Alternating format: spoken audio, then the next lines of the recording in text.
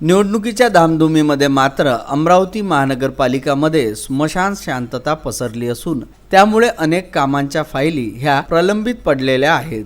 या महानगरपालिकेत जिकडे तिकडे शांतता दिसून येत आहे, परंतु या शांततेच्या काळात महानगरपालिकेत एक गरमागरमी चर्चा दिसून येत आहे आणि ती म्हणजे कशी विधानसभा निवडणूक संपताच महापालिकेचे आयुक्त संजय निपाने यांची बदली होणार। याबाबत स्थानीय नगरसेवक आयुक्त निपाने यांच्या कार्यशैलीबद्दल प्रचंड नाराज आहेत। अनेकदा संजय निपाने हे लोकप्रतिनिधींनी केलेल्या प्रश्नावर अनुत्तरितच राहतात आणि याच बाबीमुळे सर्व नगरसेवक त्यांच्यावर नाराज असून विधानसभा निवडणुका संपताच आयुक्त संजय निपाने यांचा बंदोबस्त करण्यात येणार आहे।